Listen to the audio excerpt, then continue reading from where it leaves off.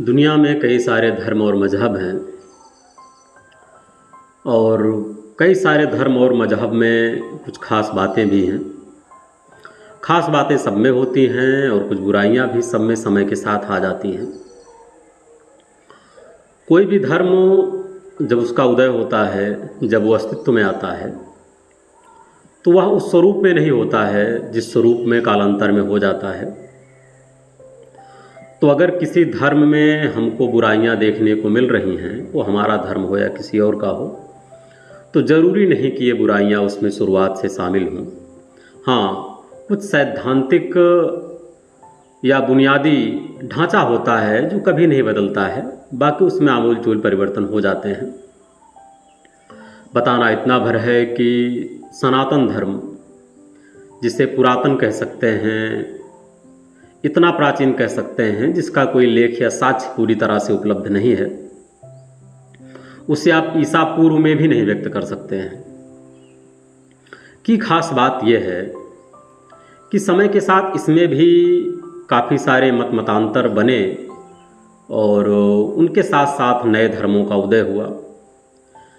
गंगा जब गोमुख से निकलती हैं, तब गंगा जितनी पायस होती हैं, जितनी पवित्र होती हैं, वह समुद्र तक जाते जाते कई जगहों से गुजरते गुजरते वहाँ की कलुषिता को अपने साथ संग्रहित करते करते उतनी पवित्र नहीं रह जाती हैं और आजकल तो और भी नहीं रह पा रही हैं।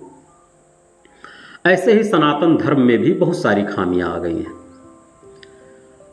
अब उन खामियों के चलते हमारा दायित्व यह है कि हमें उन खामियों को दूर करना है, ना कि हमें सनातन धर्म को ही छोड़ देना है। सनातन धर्म की खास बात यह है कि इसके लिए कोई भी पराया नहीं है। जैसे वसुधैव कुटुंबकम का जो सूक्ति वाक्य है, ये अगर देने वाला कोई है तो वो हम ही हैं। इसके अलावा आप किसी धर्म में देखेंगे तो वो अपने धर्म के, अपने मजहब के लोगों को श्रेष्ठ मानते हैं, अपने ही धर्म के लोगों के लिए प्रार्थना करते हैं, अपने ही धर्म की भलाई चाहते हैं।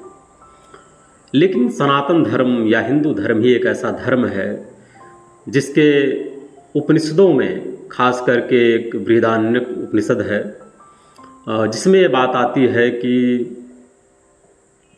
सब सुखी हों, सब निरोग रहें, सर्वे भवन्तु सुखिनः, सर्वे सन्तु निरामयाः, सर्वे भद्राणि पश्यन्ति, मा कश्चित् दुःखभाग् भवेत्।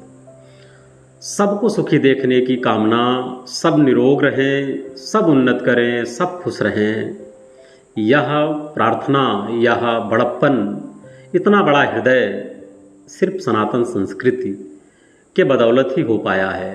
वसुधैव कुटुंबकम, पूरी धरती ही अपना परिवार है। किसी के साथ भेदभाव मत कीजिए, किसी को पराया मत मानिए। अगर ये कहने की क्षमता है तो सनातन धर्म के पास है। तो आप सभी से यही अनुरोध है कि समय के साथ इस धर्म में जो भी खामियां जुड़ी, किन वजहों से जुड़ी, उस पर बात किसी और दिन, पर जानना इतना भर है कि हम उन खामियों की वजह से अपना पीछा ना छुड़ा लें और अपने धर्म, अपनी संस्कृति को महत्व दें, उसी के होकर के रहें, उसमें आई हुई कमियों को दूर करें। जय हिंद, जय भारत।